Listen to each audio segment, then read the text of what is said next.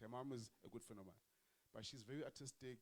And I said to me, you've got to have a balance. What you want to do? I wanna be an influencer, get brands on my side, make money. I said, to balance it, your mom says go do architect at school. You want to do fine arts. Do fine arts with influencing and move up. And we can work it out. I launched up with Nando's, with Nike, with Apple. Today she's sitting with influential women like Busani Maluleka from Capitec, African Bank CEO, and now at Capitec. You've got to find the fine balance between education and creativity.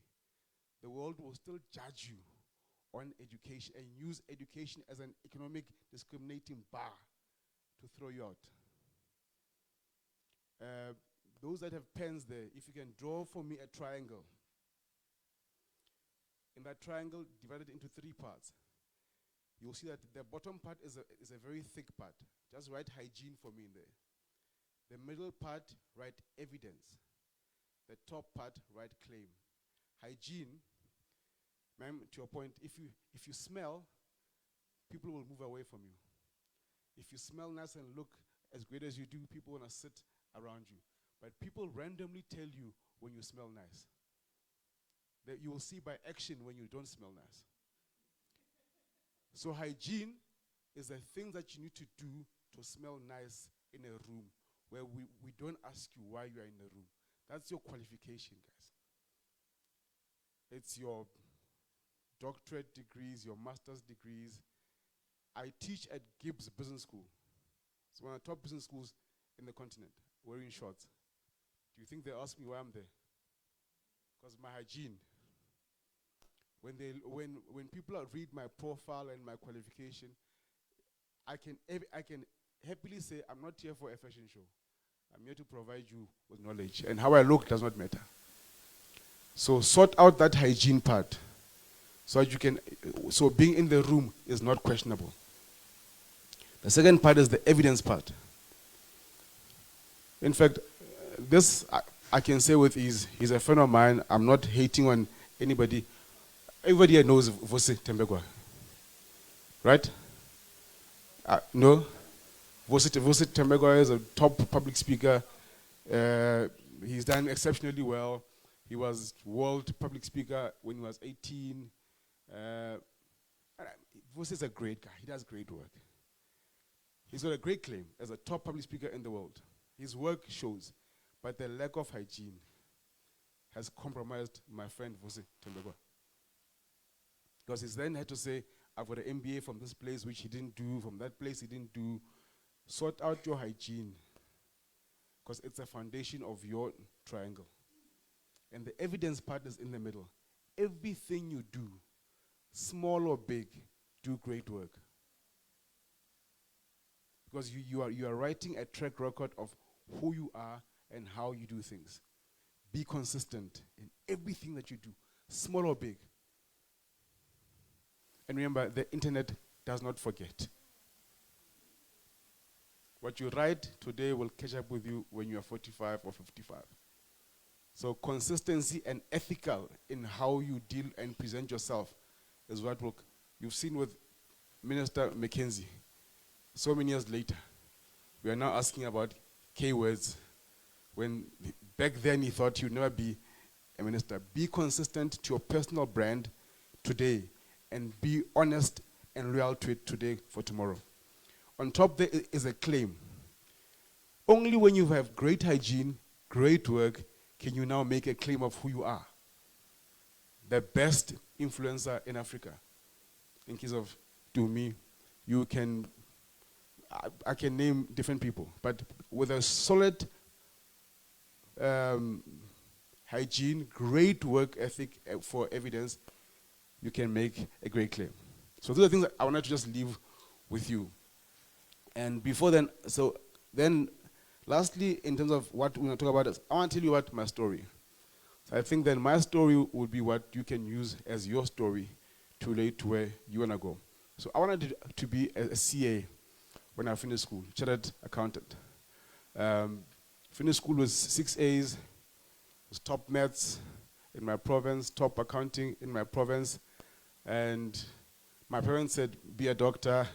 So I did go into varsity to be a doctor. I was there for 3 months, don't like blood, jumped off. I saw some guy walking into Pilonomi in Bloemfontein with an X on his back. And I thought, that's not my job. So I said, no, let me just choose something better or maybe easier for me. So I did accounting. I did 3 years as a top student in accounting, and I chose to be on the SRC in my last year, which means you can't serve two gods. Something had to give. So I did great as a leader.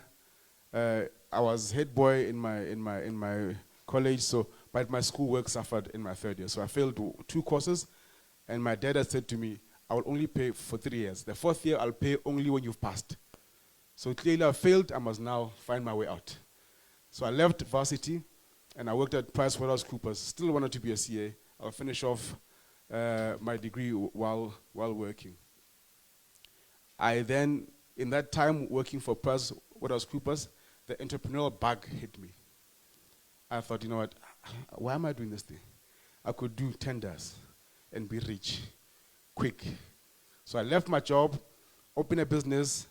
Then Thabo Mbeki was still the president, and I ran an events business and a graphic design business. I'm more a designer, but I've got the mind of a designer, but the hand has an issue. So there's no connection between my mind and my hand, but I had a friend of mine who knew how to design. We then opened a design company, which will later on merge with Tebe Ikalefen's business called Brand Leadership. But in that time of me running that business, I had a car accident. Coma for 6 months. We just got in a big deal. I bought a new Golf 5 GTI back then, bought a house, cash, no insurance, stupid me, and my car was written off in 2 months. So I'd lost, then it was 350,000, I think the car cost. So now, I'm a dropout, got no degree, I'm in hospital, I'm in a coma for 6 months, I recover, memory loss, remember nothing. I'm told I can only retain 10% of what I've learned. So I'm sitting with a proper dilemma. And my next job, after being the guy who took friends to Mauritius, had a nice time, went to Brazil, went to Argentina, went to Spain. Now I have to come back home and go and work as a teller at FNB to count people's money. I did that for 6 months, and I said, you know what, God, I know I'm not meant to be here. So I still wanted to be a CA. I left home again, came to Joburg, stayed at Brixton for a year to study accounting honors, even though I'm told I can only retain 10% of what I know. And I remember some pastor years ago said, when a doctor gives you a report, what does God's report say? So I focus on God's report. God told me I'm going to be a CA, I'm going to thrive. Jeremiah 29, you know, I know the things, the dreams I have for you. And that was me. I went for it. And I failed dismally that year. I didn't even pass one test, one exam, nothing. My highest mark was about 15%. So I packed up my stuff and I left. And I worked for ABSA. Fast forward, ABSA, they fired me after 2 years. And I packed my bags in Bloem, went to Joburg, said I want to do an MBA. Don't have money. I've left my job. And I met a guy. So destiny connectors in life will only come when you are ready and have made commitments to your dreams. I had made a dream and commitment to say, I want to change my life. And if an MBA is the one, that's the route. That's first. Secondly, I looked at Tebe Ikalefeng as somebody I didn't know then. Now he's become a good friend of mine. I didn't know, but I said, I want to align myself to a face of a mentor who's achieved things that I want to achieve.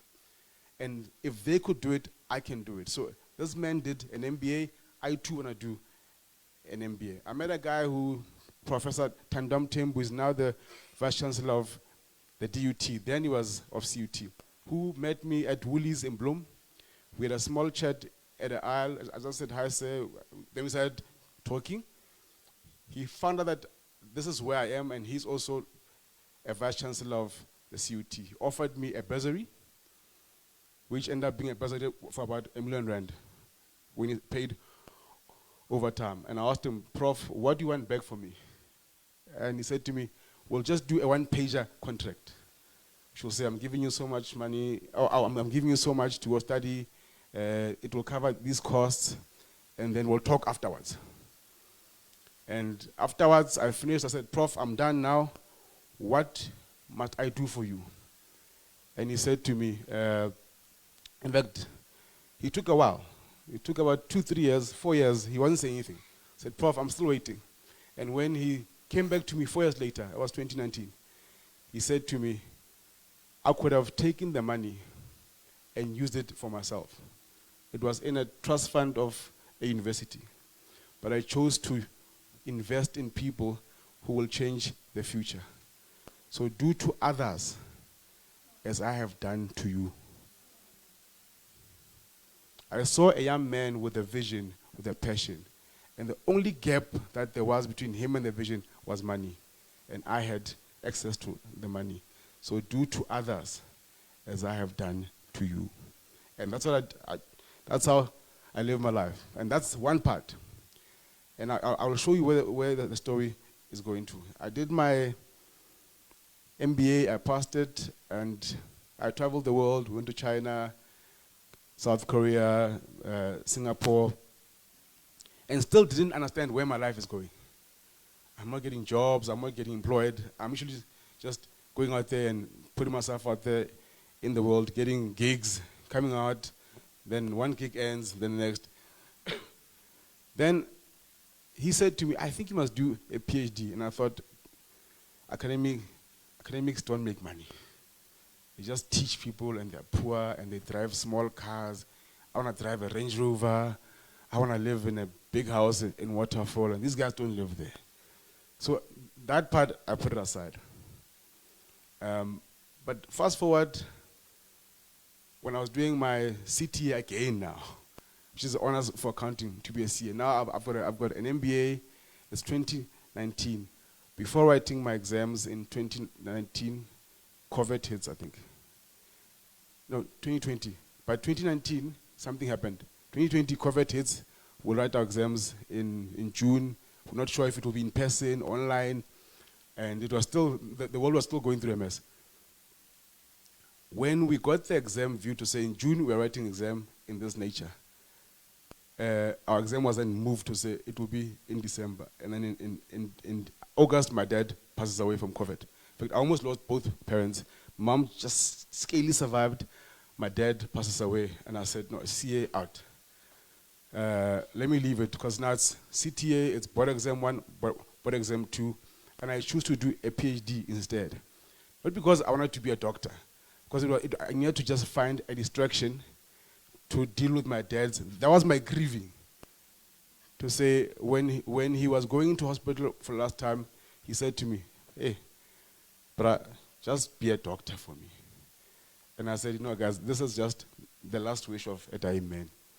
I'll do my PhD just to make my dad happy. But for me, it was just my way to grieve. And I did my PhD, my wife will tell you, in a very sloppy way. I just chilled about it, wrote chapter 1 when I had time. Eventually, I finished it, which was one of the top consumer behavior PhDs at UCT. So it's done now. But now, look at how God works. Connect the dots. Do your bit, and he will find a way. What is the route to being a CA? It's doing 3 years bachelor's degree, 1 tough year of CTA, which most people do over 3 years.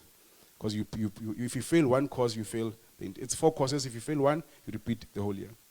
Then you've got 2 board exams. Now, fast forward today with my experience.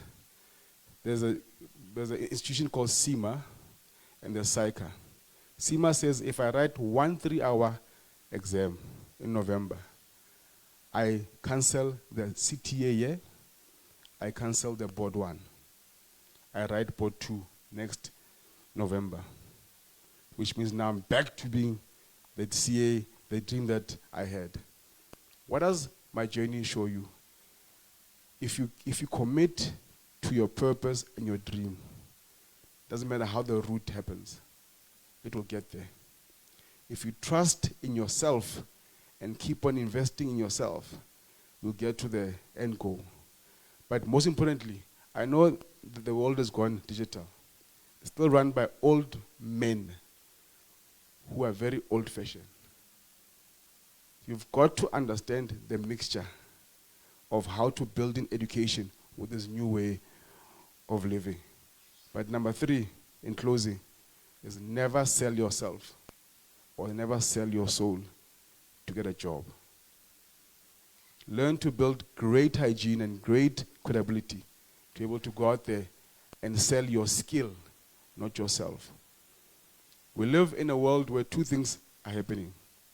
One is men are using their roles to get sexual favors from women to get jobs. 2, we live in a world where women now are seeing this as an economy on its own. To say, to succeed, I need to solicit and entice men to see me differently. Because in every community, even in government, where there's a corrupter, there's a corruptee. When a minister is corrupted, there's somebody who was also offering money. Choose the other route where you become so well positioned, so well organized, that you are the Puti Mahanyela of today, where you are running Nespas and you've just cashed in shares of 240 million, and your current shares are worth 300 million still, that's left there. You work on credibility. So I will leave the young people here by saying, the world is shifting, but there's always a balance of the old and the new. Know where you go. Education still matters. Education is the only key that will get you to be creative, even in this digital world. So invest in yourself. It might take long, but when it gets there, it's worth it. Thank you.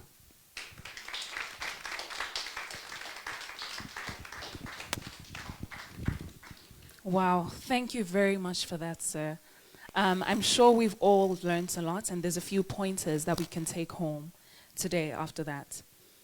One thing that I would say stood out for me is when Dr. Tamilo said, in everything you do, whether small or big, do great work, so that there can be evidence at the end of the day that you have done your part, and allow God to connect the dots. So we're going to have a Q&A session. I'm going to ask our 2 guest speakers to step forward. Can we just have 2 seats in the front here, please?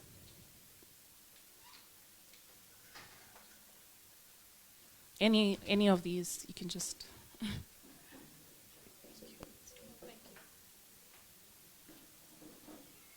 I hope we have questions.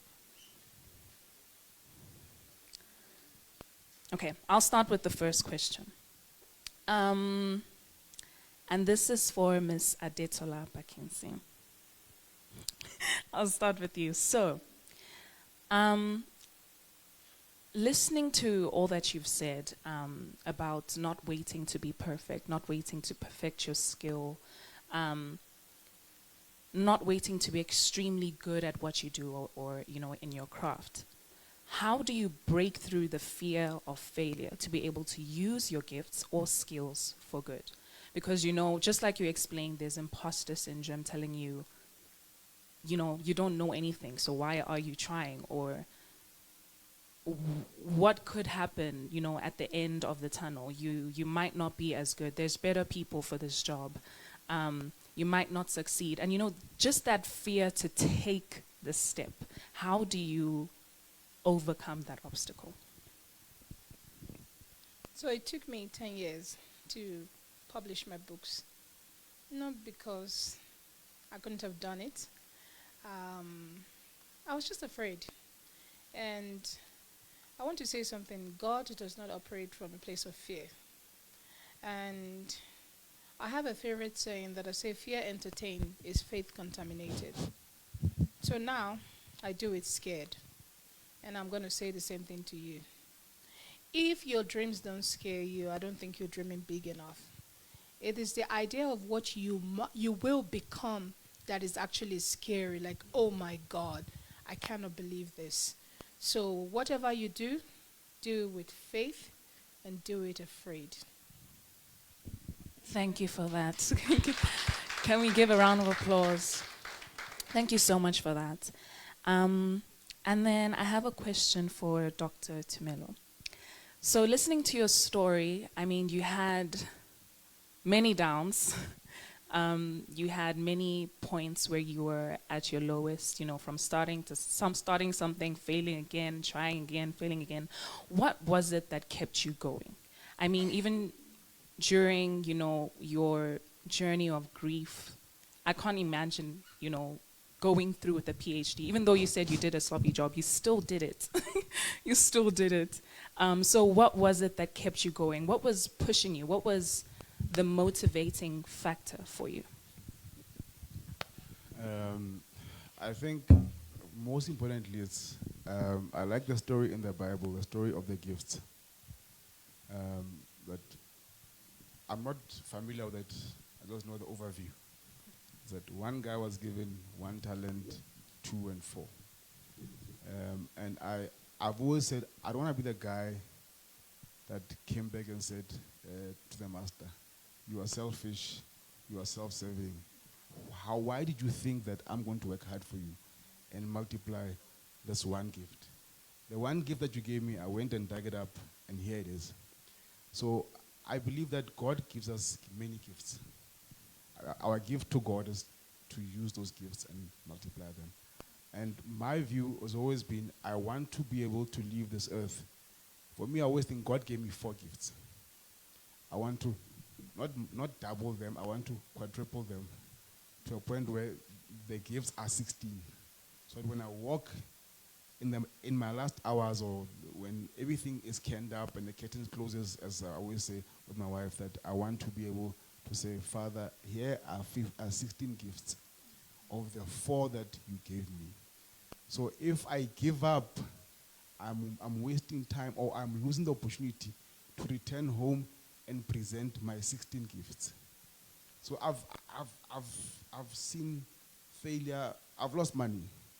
I've lost friends. I've lost reputation amongst people because I've been firm, and even when I was at my lowest, I always believed that I'm still up for my 16 gifts, which I must present when I get back home. Thank you. Sorry, I just have a follow-up question from that. You mentioned something about this. We live in a world where, in certain spaces, they're still dominated by men today. And I've found myself in a situation, sitting in a boardroom as a young, aspiring lawyer who just, straight from school, trying to learn. I felt intimidated. I did have imposter syndrome at a point. But as a female in the oil and gas law industry, so it was the oil and gas law industry, and I think we all know it is mainly dominated by men. There's just so many men there. And I'd find myself, maybe giving certain opinions or answering certain questions in the boardroom, and when I say something, it doesn't really, it doesn't make sense, or they just feel like she's not really making sense right now. Let me help you. Oh, wait. Okay, but when a man says it, I might have even put it in a better way. I might have even worded it better. But now he makes sense. And his opinion is sound, or it matters more. So how do you overcome? What do you do? I knew you were going there, and that's why I was saying, let me help you. Because we live in a world where when Celeste says something in the room, Sipho's want to come and say, what Celeste was saying is, but we were clear what Celeste said. And then from there going forward, the room will say, to Sipho's point, which was Celeste's point initially.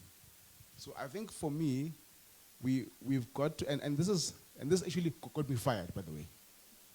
Got me fired in a business where I was an executive. I won't say which one, but you can probably see in my CV. It's three odd. It's one of the three, where my team was mainly female-based. Because the room was male, and I needed to have a female perspective. Because why, and not only a female perspective, a female eye that will give us the edge in this industry that we're actually operating. But because most of the system, or the system in this country is based on boys' clubs. I went to a boys' college. I know boys' clubs. In fact, I went to one of the top boys' school in South Africa, where money and the boys' clubness is massive. You know, I went to Hilton College, so I wouldn't even had it, where it's wealth. But my parents didn't have the money, but they pushed for me to go there. In South Africa, the world is run on an all-boys club system. And it's going to be those few men, one, who are going to be bold enough to talk against that. But for me, it's about where, even in my house, I've got 2 daughters. I'm training confident daughters who understand that their view is important. Not by telling them, by how I engage my girls. Because just saying it is one thing, they will hear. You are more what you do, girls, than what you say. Eh? So keep on doing. So the way I do it with my daughters is I train them to be able to voice their views. Not aggressively, not fighting, because there's no need to fight. If you've done the right things to be in the room, you have the authority to voice the stuff. And don't be scared to call them out. And that's when they will give you respect. Men are funny creatures. Eh? If you go quiet, they're like, that's her approving on how we are working. But if you say, in a very respectful way, not because it's a man, but you're respecting a colleague and yourself, to say, I appreciate you now redefining what I said, but I know exactly what I said. And can you please go back to what I'm saying and address that issue? And can we stop trying to think that if you rephrase what I say, it sounds better? You weren't rude, you weren't fighting, but you were firm about it and you were open about it. So for me, I think we also need to have that thing where the female colleagues in the room take it amongst themselves, even because there might be a much higher ranking female lawyer in the room than you. It's people like those as well who must take the brunt and say, I will raise this issue to these men and make sure that it is done. It's there. And it will never end until we say something about it. Thank you. Thank you very much. Thank you. I would like to buttress your point. I work in a male-dominated environment. But you know what they call me? The tiger.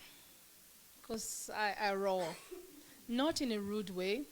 As a woman, first of all, just make sure you know your stuff.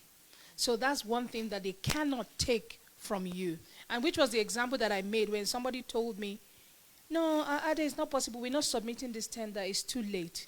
Ask for an extension. I did ask for an extension because now this is my superior asking me to ask for an extension. But I know they won't give us the extension on a Friday. But then I went Saturday, Sunday. You know when you overdo, I overdid it. And I submitted it, and the bid office called me and said, this so person said, we must forward Ade's response. By the time they forwarded the response, it was zipped folder. So before you claim to have a voice in the room, like the triangle, you must have earned your keep. It doesn't matter if you have to say it 7 times before they hear you the first time, but make sure you say it. Thank you very much. Can we give a round of applause for that? Okay, in a few minutes, I'm going to open the floor to the audience. Is there anyone who has any questions? Please don't be shy. Thank you.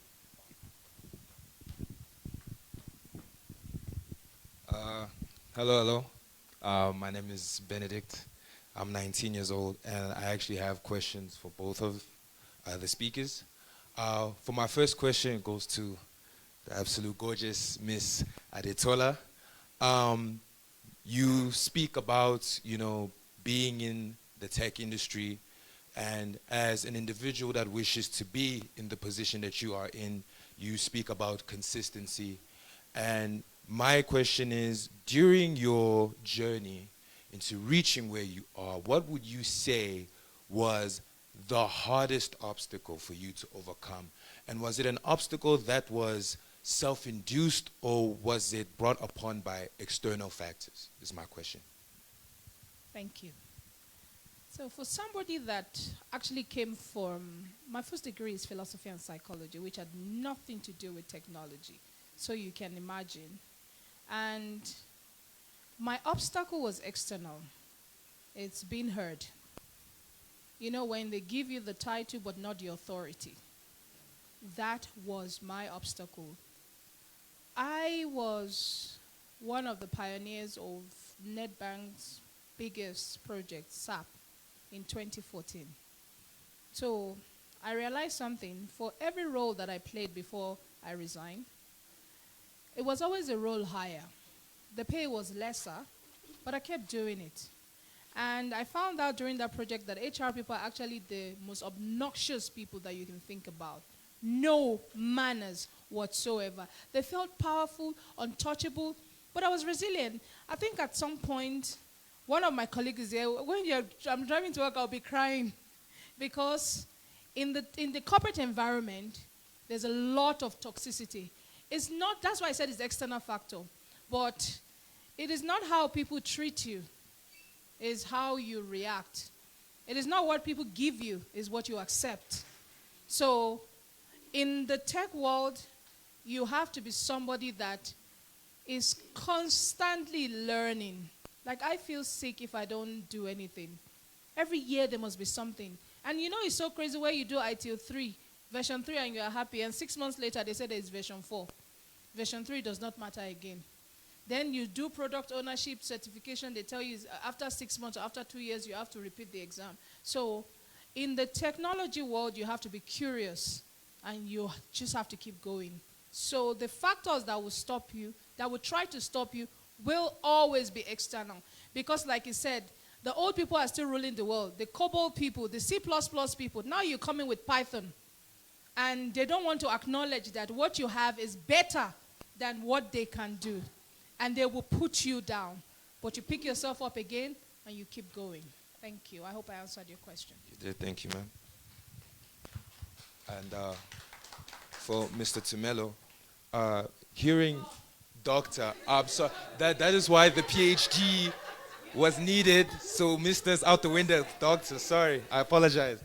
Dr. Tumelo, listening to your story, it resonated with me in a way where it shows that some gifts in life come late. And in a generation where young individuals like myself, we are pressured into getting rich quickly.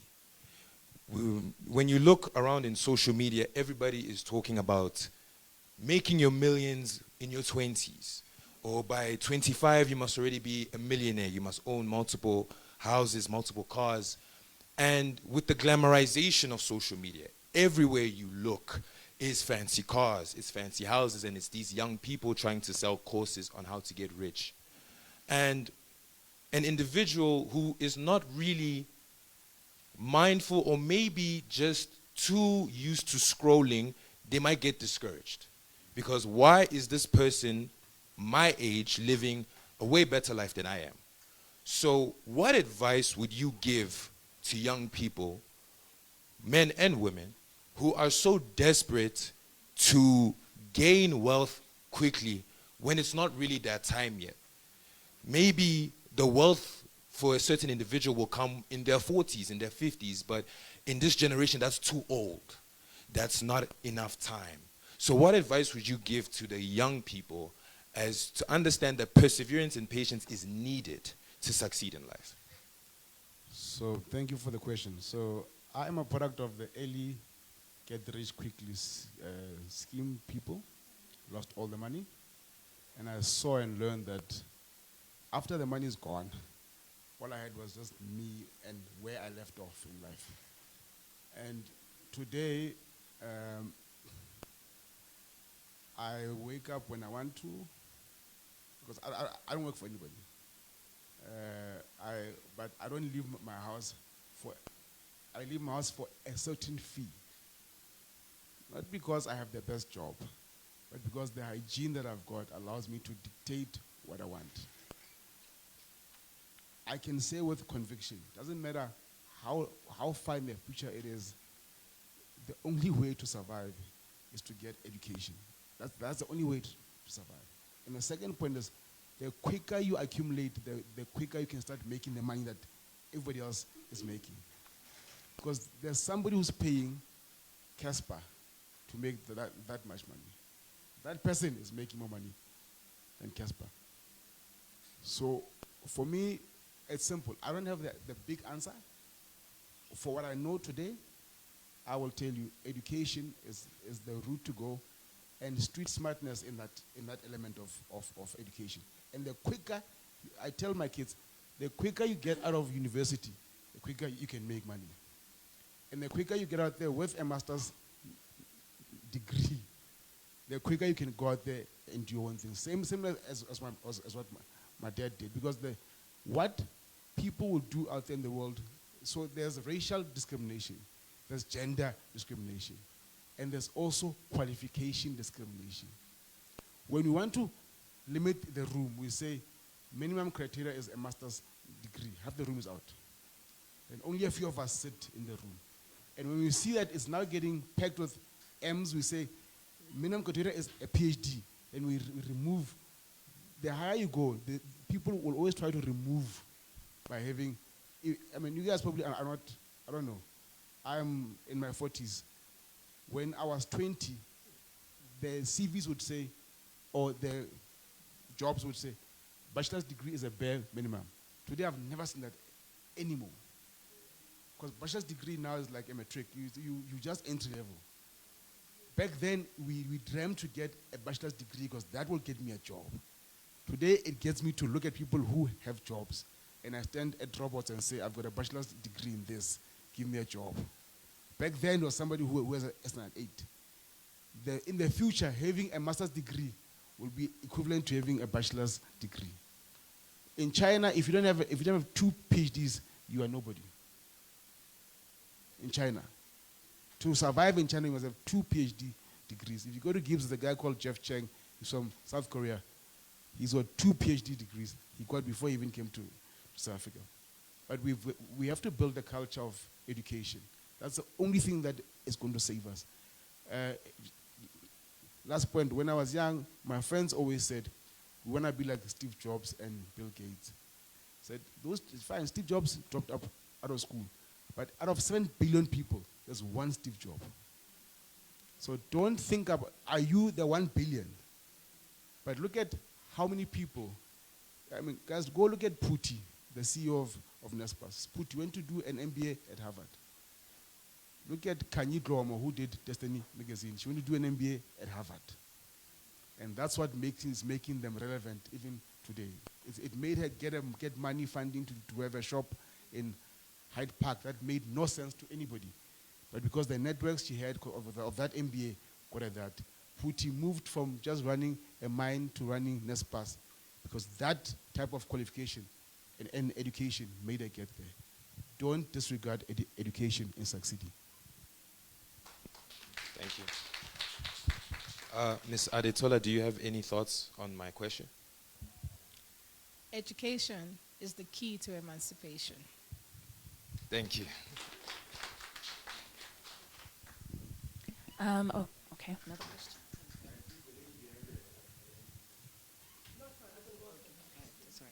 Hi everyone, my name is Lebo Konyani, and my question is to you, Ms. Adetola. So you mentioned your background about how you you survived GBV, and you became this tech mogul that you are currently. I wanted to know, at what point was that transition to say that this is no longer going to be my life, and when you decided to turn your trauma and take it into a healing journey and emancipate yourself, because currently we live in a nation whereby GBV is very wide, and a lot of young women stay in relationships in the hopes of making it work. But at the end of the day, they don't realize that by them staying, it's actually killing their light. So for you, what was the turning point when you chose to say, I'm going to start all over again, and I'm actually going to take this career into becoming the tech businesswoman that you are? Yeah, thank you. Were you here last year? Okay. Because last year I was the keynote speaker, and I told a very gruesome story about myself. You know, when people say GBV, sometimes it's once. I was molested as a child, and I was molested in varsity. And to say molest, I mean rape. You know, and I thought that was it. I got to understand, and I was, you know, the thing is, today is my mom's birthday, and I was recording a video. I was doing the clan names. In the Yoruba culture, it's very cultural. We have clan names, and as a kid, I understood my identity. My name is Adetola. It means this crown is wealthy. And I thought it was over. I think God has a sense of humor because he needed me to tell my story to other people. Then I found myself in an abusive marriage. And people always say, oh, the signs are there. Not all the time. Not all the time. You have not met the right narcissist. Not all the time. The signs are not always there. But what took me out of that place was self-love. I loved myself first. And every time I speak, I talk about my children. I said, my ex, to be honest, would never tell the story of a weak woman. But I just understood that that was not love. I didn't want to be in this environment. I could take care of myself because I've grown now on the survival mode. But what about my children? I left, first of all, the motivation came from the twins to say, I don't want to raise another man like this. And I also don't want to raise a daughter that's settled because her mom did. And I remember one thing my elder sister said to me. I was about to write a particular exam. That day was a Friday. And I heard that he was messing around with somebody I said I did not like. He doesn't like me too. So I went to the bathroom and I was crying. And my sister said something to me. She said, listen to me, Adetola Backinson. You are about to become a single mother. You either become a single rich woman that can take care of your children, or you become a bitter, broken single mother. At least if you lost in marriage, don't lose the money. So for me, it was that thing to say, I want to stand. I don't want to beg. Like he said he made money very early and lost it. I've been there too. And I said to myself, I want to stand. I want to be a woman of impact. I want to be able to hold this microphone proudly and say, I have been through A, B, C, and D, and here I am, a survival. Thank you.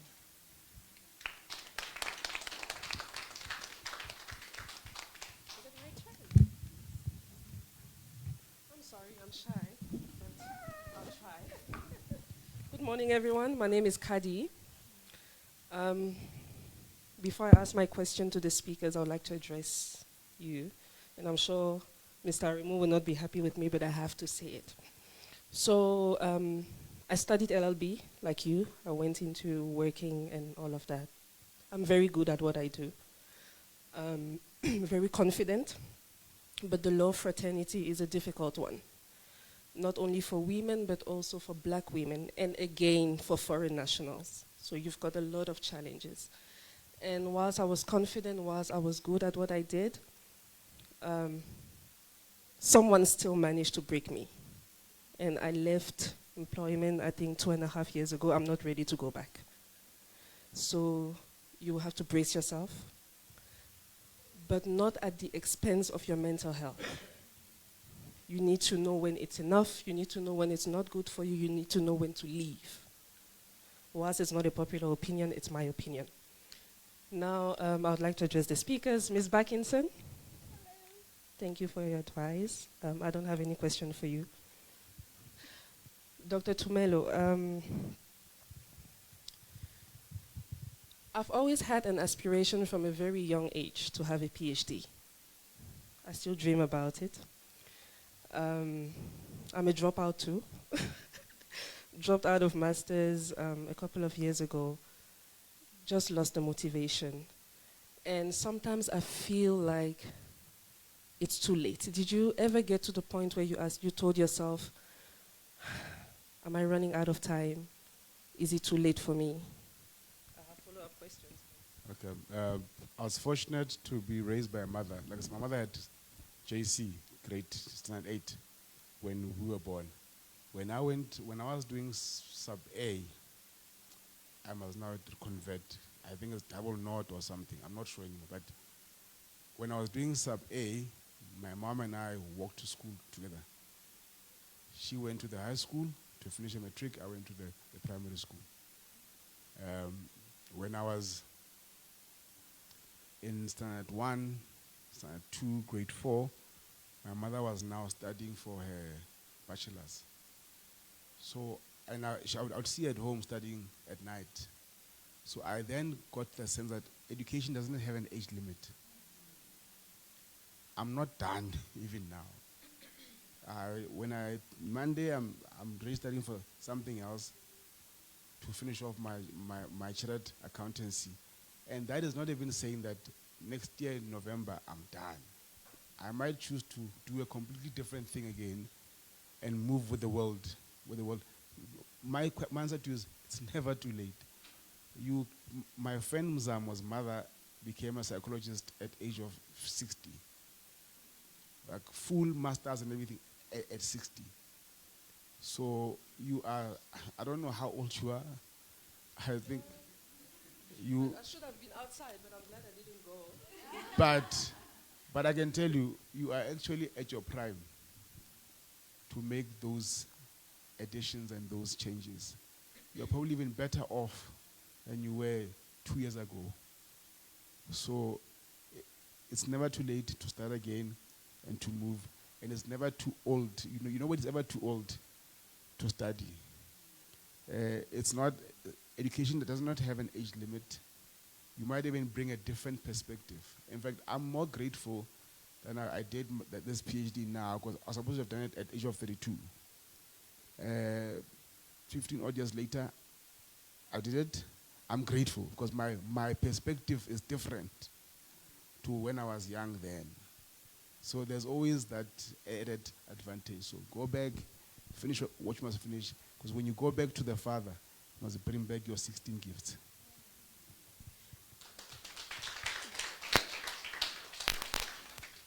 Had you not been grieving at the time? Well, we won't know now, but do you think eventually you would have had the motivation to do it? If I was not grieving, I would have been a chartered accountant. I would have still done the PhD afterwards. The goal didn't change. The route changed. Because I did not have the strength to sit. CA is tough. It's rigorous. You have to dig deep in the emotions. I didn't have the emotional capacity to dig deep and still think of my father. But I knew I had the stamina to pace myself with a PhD. When I'm done, I'll come back. So either way, it's not, so motivation is a great thing, but clarity of goal and purpose is what for me drives me. My clarity of my purpose is, when I was younger, as an entrepreneur who had failed and now left varsity as a dropout, I made a pact with myself. The day I die, I want, when they read my obituary, someone in the crowd must say, if you just left me with one qualification, I would survive. And that might be the motivation to get them to go back and fix things. My life is driven and made to inspire. I want to change the way the world sees life, sees succeeding, sees purpose. Because when I'm done, my wife hates me saying, when I die, because she's like, stop saying that, but it's true. When I die, I want the world to say, that man changed perspective around education. That black man made me as a black man or black lady see things differently. So for me, it's not that I like these accolades. It's my purpose. It's what I'm meant to do, to change and leave a dent in this earth. So when I go, somebody sees things differently. I've got a final one, if you would allow me. You mentioned balancing hygiene, which according to me is knowledge or a skill, with passion. I studied law. I've got a background in law. Now I have a clothing business that has nothing to do with law, perfumes, whatever.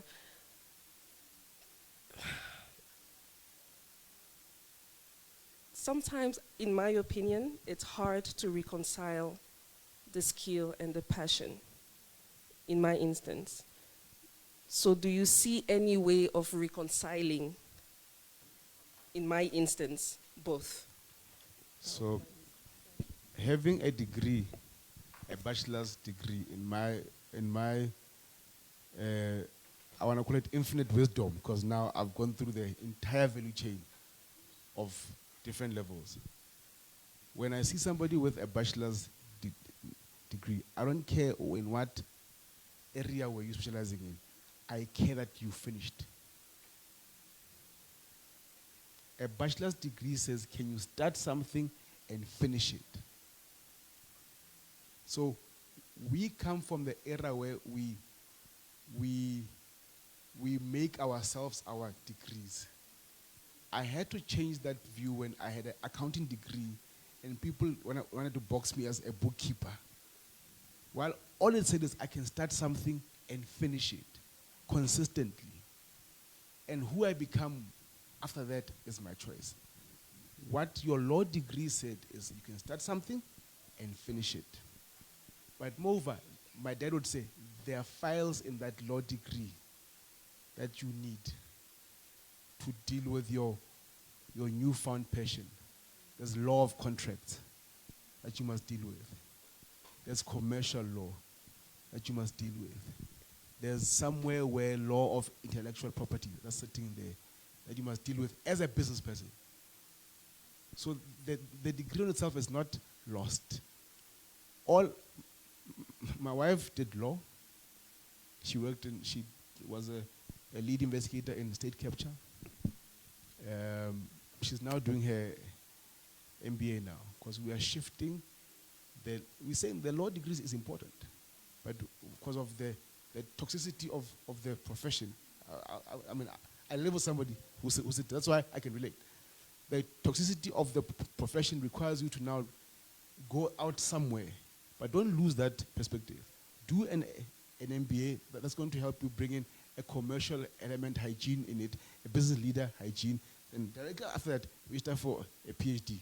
What does that do? It makes you a thought leader, even if you take 5 years to finish it. But you don't neglect what you learned in your LLB.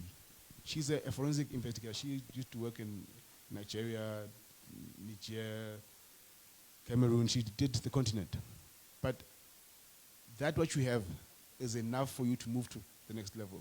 In fact, you probably have the best degree to do other stuff, because the world is full of contracts. So we are out of time. I think we can just take one more question.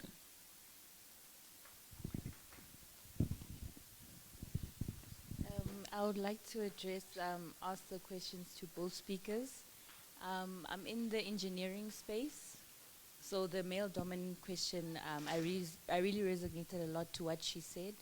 I just started at an engineering firm, and this was probably my toughest week because I didn't realize how much the older generation loves to use Excel. Because, you go to school and you see that there's technology and, we're going to just use it as a backbone. But we even have softwares that give us data. So it's in the project management field to get data on how teams are operating, then having to do charts to assess that data. So you obviously think there's a software that's going to take this out so we can do the actual project management work. And I find that resistance from a manager, because remember I just started, so it's not like I can say, but guys, there's no way, We have softwares, we have all of this that can generate this data. Then we're just assessing and bringing presentations. but now you're spending, and that whole process takes a week for the entire team to do, you know? So it's just coming out of that stage where this is the first time I actually felt that mental block, because when I started construction management, I was on site.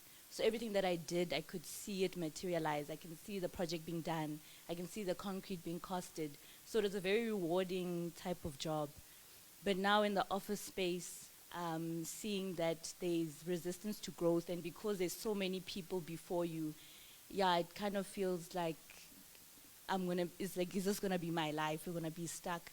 And the same seniors that are doing the scope, they're doing the job that I'm doing right now. So it's just, I just generally sharing with you, but maybe to guide on what I should do with that. And I resonated a lot about how you both spoke about being in such a field in engineering with male dominant, but also being at a place that maybe just venturing into doing your own thing, because at the end of the day, softwares are going to take over. But at the same time, they don't also want to take advantage of those softwares. So, yeah, it's just a general statement, and I would like to get your feedback. Okay, let me answer first. And I'm going to put a disclaimer. I'm a very creative person. I'm very innovative. I've been fired 4 times. And I'm going to talk with the benefit of hindsight to what even a mentor said. Where you are,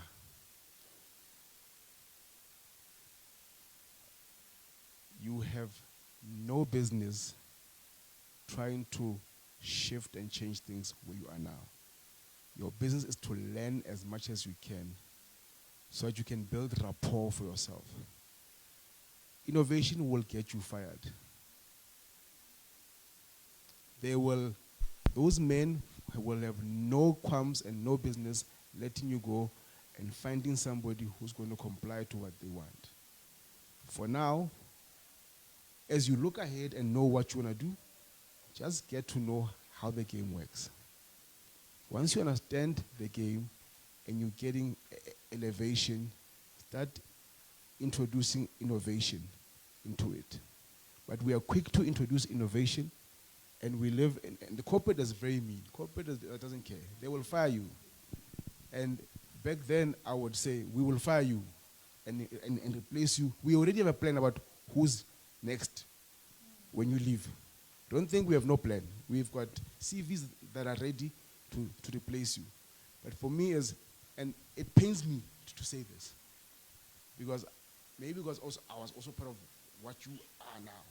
And if I had to do things differently, I'll just be quiet and learn and see. And then at a certain point, bring in this innovation, because you need to be at a high enough level to be able to influence and impact. Right now, your job is just to do what you are told to do. Do that, but do it well. But don't lose that element of you wanting to be innovative. There's a time for it. When you get there, do it. For now, avoid being fired, do your work, and get paid money.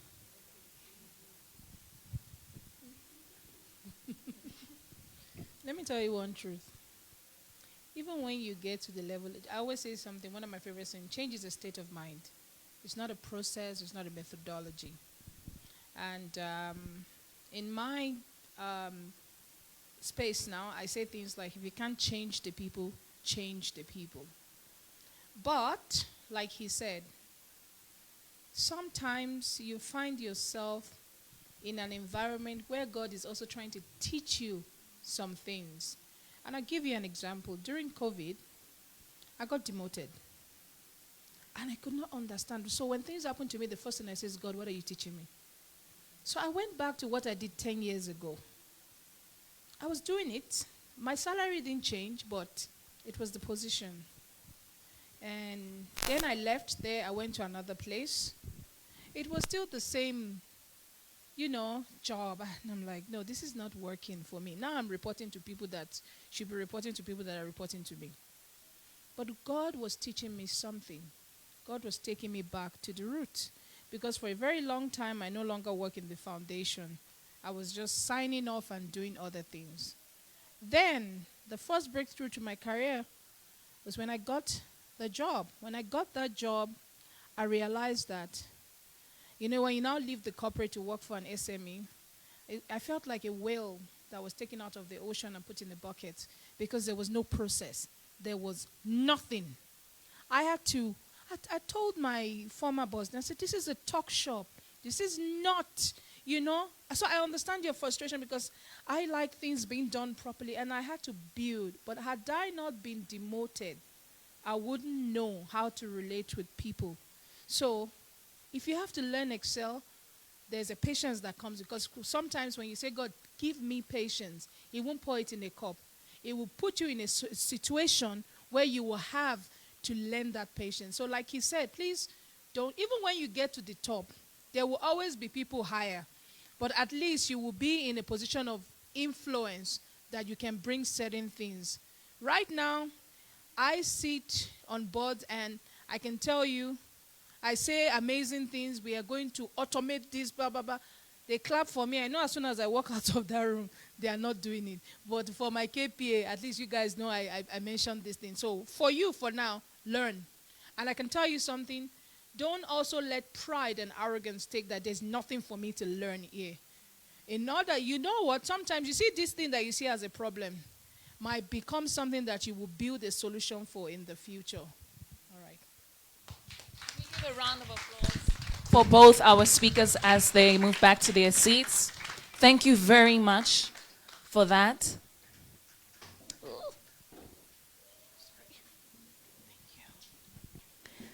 So we have run a bit over time, but I'm just quickly going to introduce our third speaker of the day. A very special, fashionable man. He happens to be my father.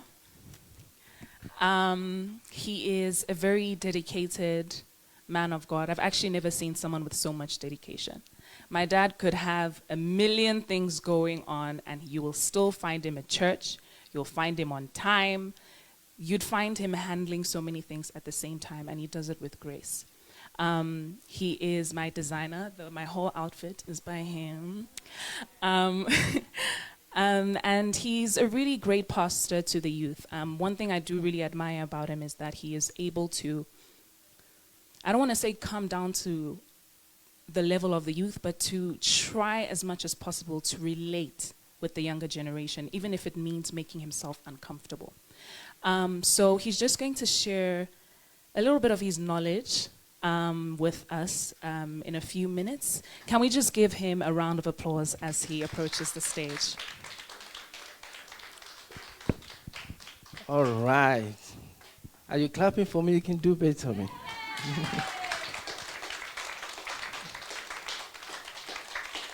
All right. I think the theme for this conference is Rise Above and Empowering the Future, right? So I'm just going to advise you very quickly that we spend a lot of time that, on what I title Breaking Barriers and then Building Futures. If you want to build your future, you have to break barriers. So if you look at, if you listen to all the speakers that have spoken, they have stories. They started from somewhere and then they get to this place. And then our story is different from his stories. So you see that everybody has story. Before you become something, you have to have a story. You don't start from A and go to Z. You have to start A, B, C, go through all those things. So very quickly, I want to ask a question very quickly. Have we ever been told that somebody tell you are too big, you are too short, you are too light, you are too dark, you are too slow, you are too fast. A lot of things that I do that you are too slow to be something great. Can anyone relate to that? Okay, so breaking barriers, we have a lot of things happening. Even being in a world alone, to break forth in the nation as a human being, there's a lot of barrier you have to break. A lot of barriers. So I'm just going to be advising us that, using my own personal story, that for me to be here today, a lot of people, you've gone through a lot of things, and I want to advise you also that as a youth, you are still growing. I'm in my 50s. So I don't look at 50 anyway. People think I'm 30-something. So, and I'm grateful for that. So what is barriers? Barrier is something that is standing between you and your next move, or I would say your progress. So barrier can be internal, can be external, can be other social barriers also. So somebody like me, if you are talking about external barriers, you can say because of, it talks about growing up in a village. A lot of youth can give excuses.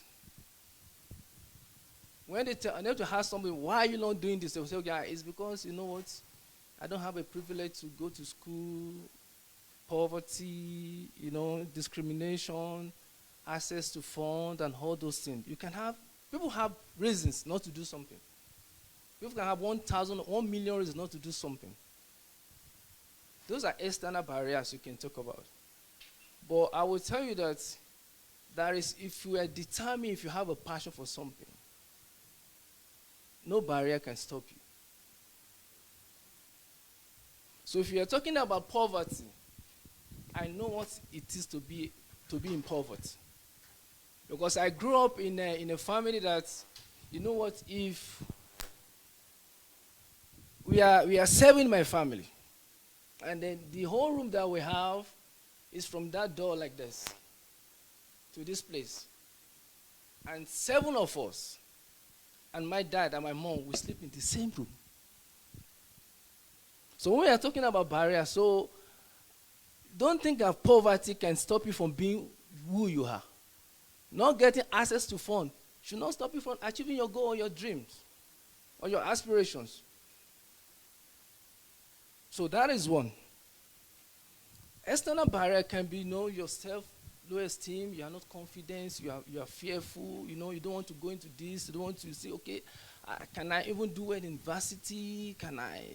Would I be able to pass this course? All those external barriers, you have health challenge, or internal barriers, you have a challenge, begin to say, I don't think I have the power to do this, I don't think I have the power to do that, but I want to tell you, that is why the Bible says, I can do all things through Christ who strengthens me. There is nothing actually, I look at it and said, there is nothing that is impossible if you put your mind to it. There is nothing that is impossible in this world if you put your mind to it, if you really want to do it. So don't let any barrier stop you from being who you are. Also, when you talk about barrier, you are also talking about social barriers also. Stereotype. You're talking about woman. She's talking about she's in a engineering space. She also talk about being in a legal oil and gas space, and then how men, even guys to guys, even there are people of stereotype in guys also.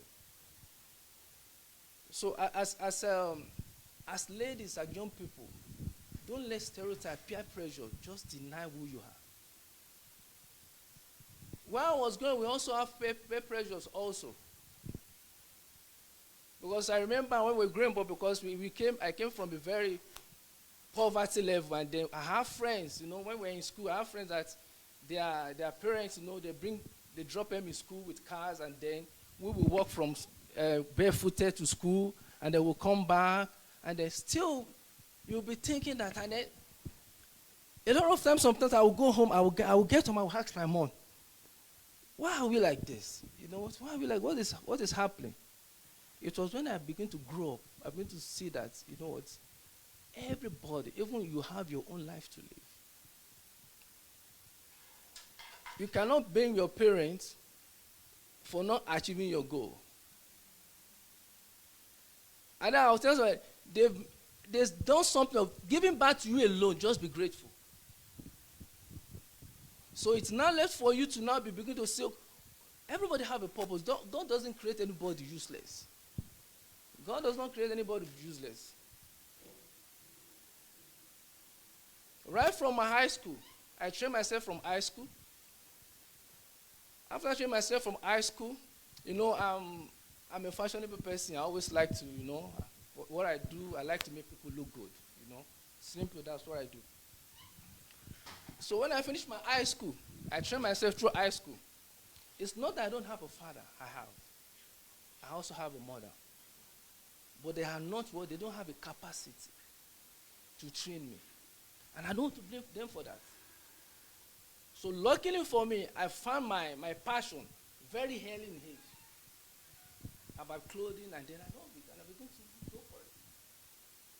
So from there, I finished my high school.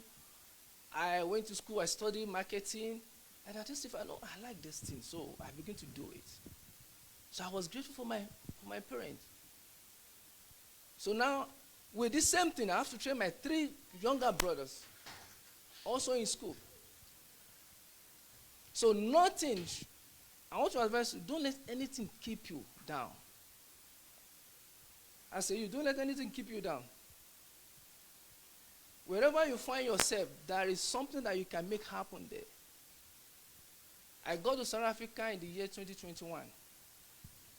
When I got to South Africa, there is a lot of barrier that once you get to this place, as a foreigner, you can get a job. But I don't let that one get into my head. I don't say, okay, what can I do? I begin to look around, what? But I don't want to go into crime also. I know where I'm from. I know I've left my family at home. I know where I'm coming from. I know what I've been through. I said, okay, what am I going to do? And I know I've gotten a skill. So that is why it starts from somewhere. She mentioned that. Don't wait until you have everything. It starts from somewhere. I've got a studio now, a very big studio now. But if I should tell you that I started right from the street of Hebrew, nobody will believe. I started with a small top table machine on the street of Hebrew. So don't let anything stop you from being who you are. Don't let nothing. Once you have a focus and you determine, and with God on your side, you can climb any mountain. You can achieve anything you want to achieve. And also, persistence is very, very key. If you have passion for something, you have to be what? Persistent. I'm going to tell you a story. And I'm going to close with that story. There is a man, he's a carpenter, very skillful. He was working with a white man in a company, very skillful man, If you ask him to do a chair or a table, do it very well, very crafty, a lot of things, and then he was working. And he suddenly went to the boss and said, no, boss, I'm tired, I want to retire. And the boss said, no, I like you, I don't want you to be retired. And he said, no, what, okay, I will allow you to retire. But before you retire, I want you to help me build this house. Let me to build this house just for this last one. The guy said, no, I don't want to work again. I'm tired. I'm old now. I want to retire. They must say, please help me to build this house. After I build this house, then you can retire to wherever you want to go. And then reluctantly, the guy started building the house. What I want to bring from this story is that whatever you are doing in life, put all your what? All your energy. And whatever don't do. We're talking about being professional. Don't it because this person doesn't pay me well or this person doesn't do me, and then you go and do some shabby things. So do good. If you want to do good, do it to the last. If you are doing something good. So this guy started building the house, and then a particular place we're supposed to use about 2 nails, we will use 1. When you're supposed to use 4 screws, we will use 2. It was just, let me just do this and just get this out of the car so that I can just leave this man and go. So after finishing building the house, and he went to the boss. The boss said, you know what, okay, you finished building this house. And he handed the key to the boss. The boss said, you know what, I have the key, but this house is for you. Can anybody pick what happened there? You know this story. Can somebody say something that happened in this story?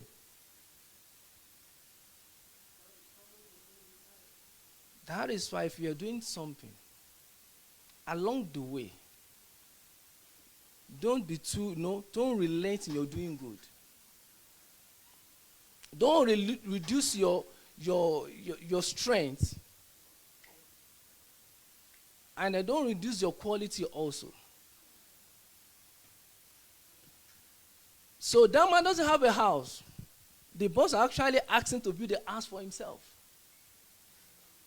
So that man could have actually lived in a house that is built for himself. He should have actually used a lot of things, to make the house beautiful. Because he just feel that I'm about to go, let me just leave this thing and just do it anyhow so that I can give this man. So I want to have a source in the house this morning. That don't let anything stop you. I like the story of this Malawian guy. He's from a very rural village. His name is, I read this story. His name is, what's his name of this guy?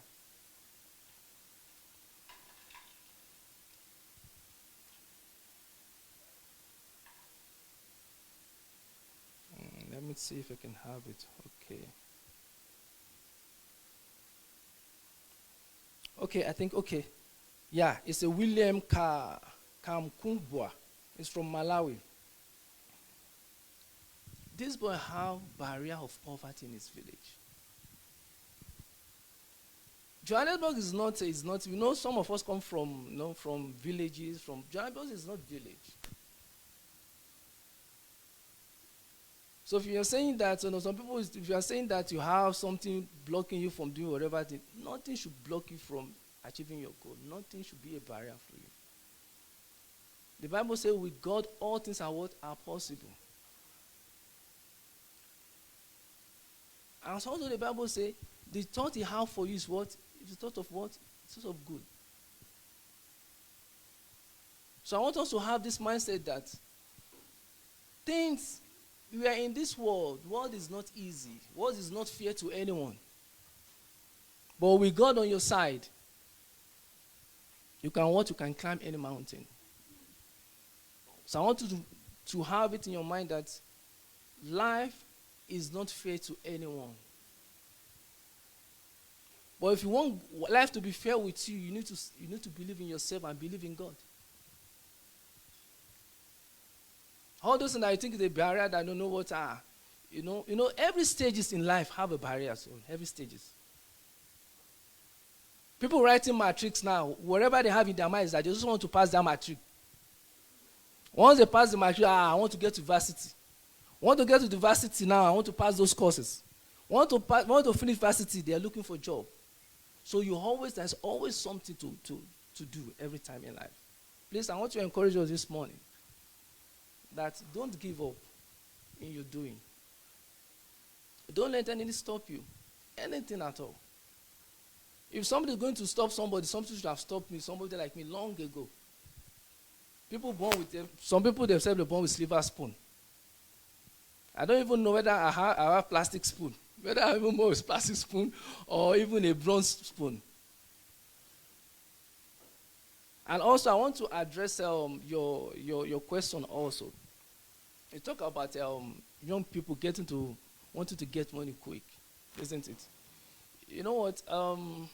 There is nothing bad in you having your millions at early age, at let's say 20 something, after you finish your varsity.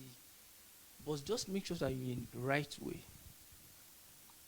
Just make sure you are doing something right, something legit.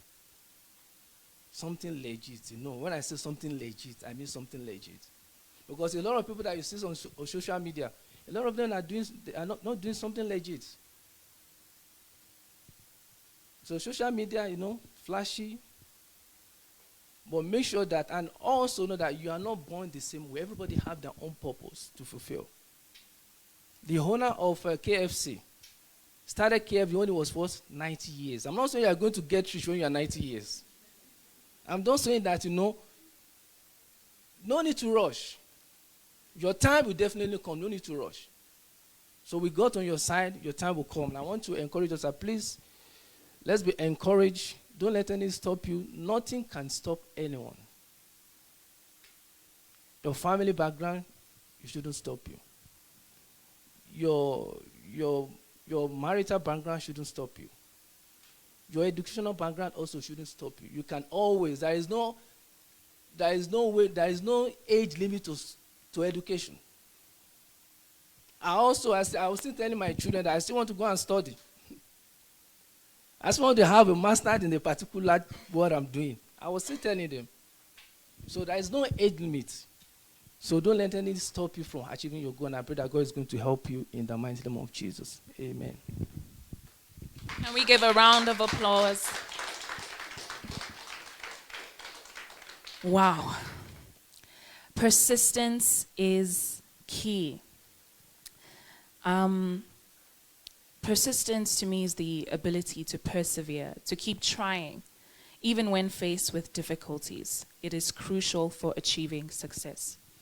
And, our speaker explained that we should not allow our barriers to define us or to limit or stop our dreams. Do not allow your current situation or your position in life to define where you will be in 2 years' time. And I think that's one thing we should take home with us. There is no rush, but it is good to do everything that you do to the best of your abilities. As mentioned previously, we are really running behind time. But I'm going to introduce our fourth speaker of the day. She's our mother in the Lord. Can we give a round of applause? You can do better than that. Our mother in the Lord, who is Pastor Yimika Oluwadare, is the pastor in charge of Province 1 of the Redeemed Christian Church of God, South Africa. Professionally, she serves as a senior manager, IT audit at Standard Bank Group. She is a devoted child of God with a heart for ministry and a passion for touching lives.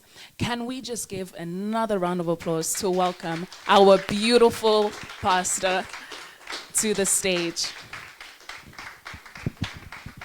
Thank you, Timmy, for that introduction. Good afternoon, everyone. Trust you are well. Can we just pray? How many minutes do I have? 10, 15. Okay, then I won't even use my... Okay, let's just pray. Our Father and our God, we bless your name. We thank you for this day. We thank you for the young people. And I pray, Lord, I just hide myself behind you. Use me as a vessel to speak to your sons and daughters in Jesus' name. Amen. I see you've been to LinkedIn, to get that.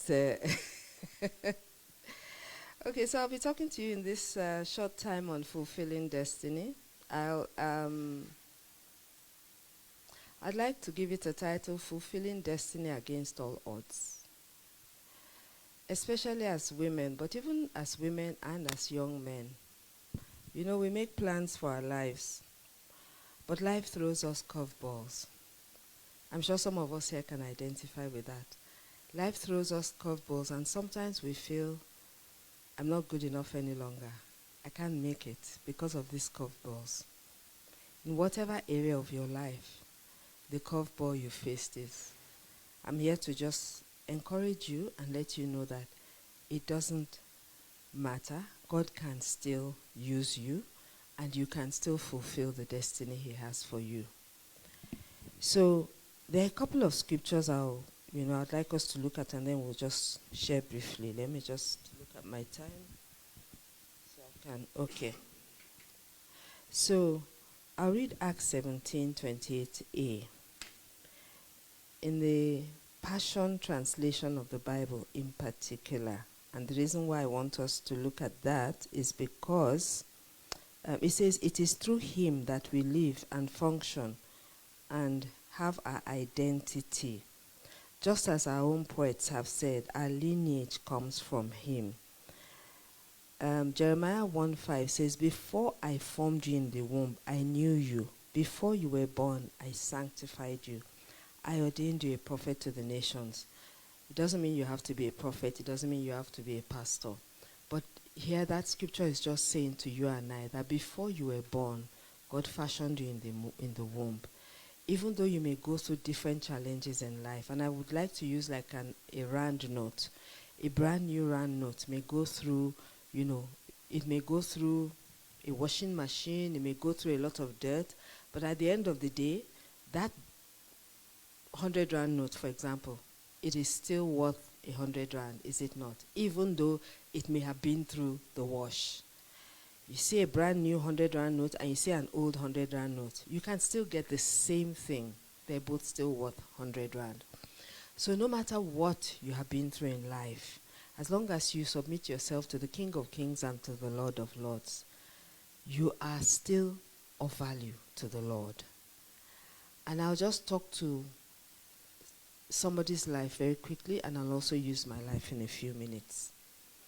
There are two ladies called Ruth and Naomi in the Bible, in the book of Ruth. We don't have time to go in, but you can read the book of Ruth. And I'll just tell you their story very quickly. So Naomi was married to a man called Elimelech. They're both children of God, if I were to speak in today's language. They were from Israel. And a point came, because there was famine in Israel, Elimelech and Naomi, his wife, decided that they would go to the land of Moab. First, I believe that was the first mistake.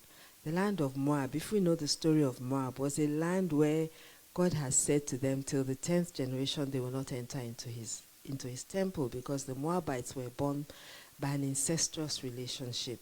But we don't want to go into that. So now there was famine, and I can liken famine to the difficulties that sometimes you and I make. Sometimes when we face difficulties, we make mistakes. Elimelech and Naomi decided, with their two sons, let's go to Moab. I would say first mistake. They went to Moab, and when we don't follow God's route, it's very easy to enter into a wilderness and to suffer loss. They suffered loss. Elimelech died, then their two sons died. They were married to two women. That's why I said I don't believe that God led them. But God is a God who works everything out for our good, no matter what we go through.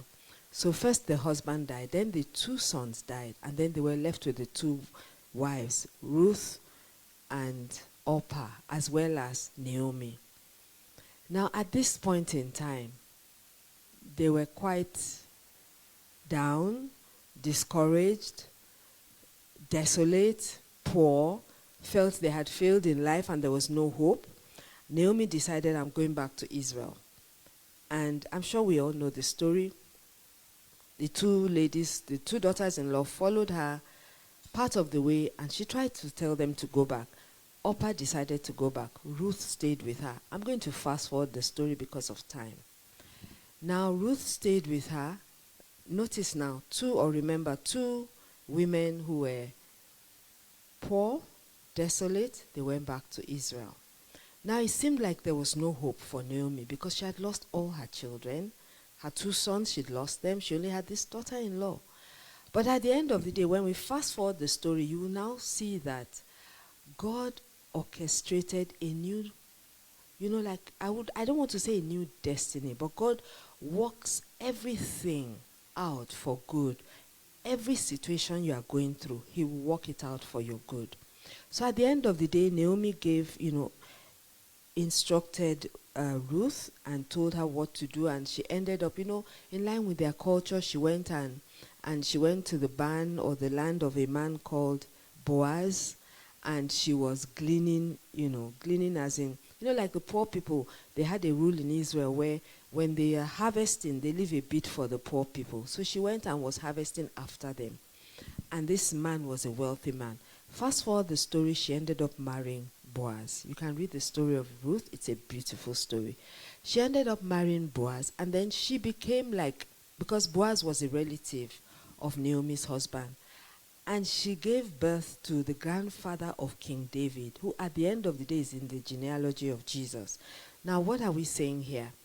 Yes, Elimelech and Naomi probably missed it, and it seemed as if all hope was lost. Naomi was left without her sons. She was left with a daughter-in-law. It seemed like, okay, I've made some mistakes in life, but there's just no hope any longer. But God is a God who is able to make everything, even our mistakes in life, work together for our good. So at the end of the day, she still ended up having a child, and I'd say at the end of the day, that child was even better, grandchild anyway. That child was better than any of the sons she had. So it's almost like, a broken china pot that one had thought would throw this away, but God picks it up and then makes something beautiful out of it. Sometimes we face situations in life where we feel, I've lost so much. Some of us may even feel I'm not of much value because I've, X and Y and Z has happened to me. But God is able to take you from where you are and enable you to fulfill destiny, His plan for you. Destiny doesn't mean that you have to be a pastor. It doesn't even mean you have to be a minister. But destiny means that God has put something, a gifting in you that He wants to use, that He will use that gift to enable you to excel in life. That gift could be, at the end of the day, maybe you'll be someone who will be, looking after people in hospital, maybe a medical doctor. It could be that, like your pastor, you'll be designing clothes. Whatever it is, God has a plan for each one of us. And despite whatever we may go through, God will still use us if we will allow Him to use our lives. You may say, I'm already a born-again Christian. Yes, that's the first step. But kind of being willing and saying, Lord, I've been through this, and the other, and really I've been broken in certain areas of my life, but I still want to have a great destiny. Jeremiah 29:11 says, for I know the plans and the thoughts I have for you. They are thoughts of good, thoughts to give you a hope and a future. So God has a good plan for each one of you seated here. He has a good plan for you no matter what you may have been through in life. He has a good plan for you, and you can bounce back to fulfill the purpose and the destiny that He has for you. I'll give you an example in my life. Can I have the time? So just like many young women, many years ago, I'm sure those of you who are single, one of the things you look forward to is getting married. And every time I saw a young person or a young couple with children, I would look at them and think, one day I'll get married, one day I'll have a little son or a little daughter. And I looked forward to getting married and having a beautiful marriage. But life then came and threw a curveball. I got married, but from day one, my marriage was on the rocks. And long story short, the marriage broke up. Now life threw a curveball. And what society says, when you have a broken marriage, society discards you. But God doesn't discard. 1 Corinthians 1:26, and I'm going to read that. That's the last scripture I'll read, and I'll finish with my story because I think my time is almost up. So, when you fail in a certain area of your life, man looks at you and thinks, what good can come out of this one? But God doesn't look at that. I can liken my life then to the 100 rand note that was all crumpled and scrunched and looked at as irrelevant. 1 Corinthians 1:26, for you see your calling, brethren, that not many wise according to the flesh, not many mighty, not many noble are called, but God has chosen the foolish things of the world to put to shame the wise. And God has chosen the weak things of the world to put to shame the things which are mighty. And the base things of the world and the things which are despised God has chosen. And the things which are not, to bring to nothing the things that are, that no flesh should glory in His presence. So this is basically saying that God doesn't choose those who are wise. He doesn't necessarily choose those who are good who are thought to be the best. God chooses those that are despised and rejected. And the reason is so that at the end of the day, when He does what He will do in your life, all men will see that this could only have been God. So My marriage failed, and years down the line, not too long after that, I was sent to, and a very unusual situation, I was sent to pastor a parish which was a parish known as a parish of young people. I was sent to that parish, and when I was sent, I said to the regional pastor then, let me go pray, because she said, our mother in the Lord. I'm like, me? Mother in the Lord? I was still feeling even though it was a couple of years down the line, I was broken, wounded, and feeling like a broken dish rag. And the regional pastor said, I have prayed, and the Lord said you have to go to this parish. So I said, okay, please let me go and pray and make sure. And then when I went and prayed, the Lord said to me, I have shown you are going to Santon. I said, yes, but I didn't know that I would be the pastor. So once God gave me the go-ahead, I went back to her and I said, the Lord has given go-ahead. Long story short, I went to a parish of young people. It seemed like many thought she can't make it. She has failed in marriage, she can't make it. But within 6 months, God turned that parish around. Was it me? No, I was just a vessel that he used. I'm sharing this story to let you know that no matter how broken you may be, no matter what curveballs life may have chosen you, may have thrown at you, God can still cause you to fulfill destiny. Yes, of course, there were conditions. One of the things I was told was, because the regional pastor, because my case was peculiar, had to talk to the general overseer to find out, this is the person that I prayed about and I feel I should, that the Lord is saying. He said, it's fine. I know about her case, but tell her no boyfriends, no second husband, she just follows the Lord. So there was a price to pay. I said, no problem, I know God has called me. But what I'm saying to you here is, I came out of that more like a broken piece of china that was rejected by the world, feeling that I'd missed it, feeling that, well, I'd failed in this area of my life. But God used that brokenness and used it to do a work that only he could have done. Are you here today and you are feeling that you are broken in one way or the other? I just want to let you know that brokenness, if you yield it to the Lord, it could be brokenness in failed exams, it could be brokenness in hopes that haven't come to pass, it could be brokenness in not being who your parents have expected you to be. But as long as you submit yourself to the Lord, the special destiny he has for you, you will fulfill. And I'm just going to pray. I want to pray for us now. Can I ask if there's anybody here that can identify with what I talked about and you want me to pray for you? You can identify with the brokenness. Perhaps you felt broken and rejected and you've wondered. And I'm not talking about being a pastor. I'm talking about fulfilling destiny. You want to fulfill the great destiny that God has for you, but maybe you are feeling, can I make it? Can God use me?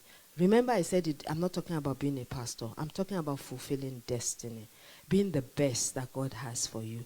So if I can just ask us to bow our heads. If you want me to pray for you, just wave your hand where you are and I'm going to pray for you. You're here, you can identify. Maybe you've been feeling like, yes, I see that hand. God bless you. Is there anybody else? Thank you. I see those hands. I see those hands. You feel, you just know you identify with the story and you feel broken in one way or the other. I see that hand. So as you just bow your head, just talk to your Father. Tell him exactly how you feel.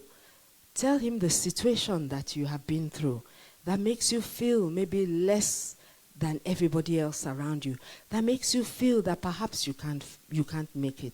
Just pour your heart out to him and then I'm going to pray for you. Eternal Rock of Ages, I bring your daughters and son before you. Lord, they have been through situations and circumstances, and in some instances, they may feel, Lord, that there is no hope. They may feel, Lord, that perhaps there isn't a great destiny for them after all. Maybe like Naomi, they've made mistakes, or maybe life has just thrown them curveballs. Father, I pray for these ones who have raised up their hands, Lord, that you will reveal yourself to them in a new and a special way.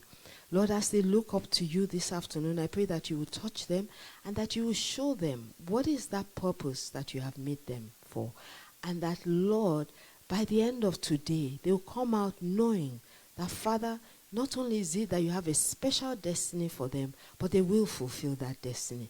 I pray for them, Lord, that like you did for Naomi, when she thought that all was lost, Naomi and Ruth, when they thought that there was no hope, you turned everything around and you did exceedingly, abundantly, beyond their expectations. Father, take these your daughters and take their lives and turn their lives around to make something beautiful. Give them a new hope, Lord, a new joy, a new feeling of fulfillment in you, Father, and direction.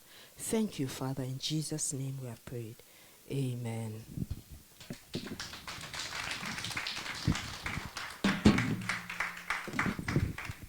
And keep clapping, keep clapping. Wow. I'm sure we are all filled with wisdom and knowledge at this point. There's still a whole lot more to gain, but I think we can all boldly say that we have been helped. We can take a whole lot home after today. We are supposed to go straight into a Q&A session, but because of time, I think we're all just going to have a break. If you do have any questions for our last two speakers, they're very approachable. You can, at your own time, they will be able to answer any questions you might have. But right now, I'm just going to ask everyone to go outside. There's many snacks, food available for us to eat, just before we join everyone else for the youth panel discussion. So we can all step out majestically and enjoy your break, and I will notify everyone when it's time to start the panel discussion. Thank you.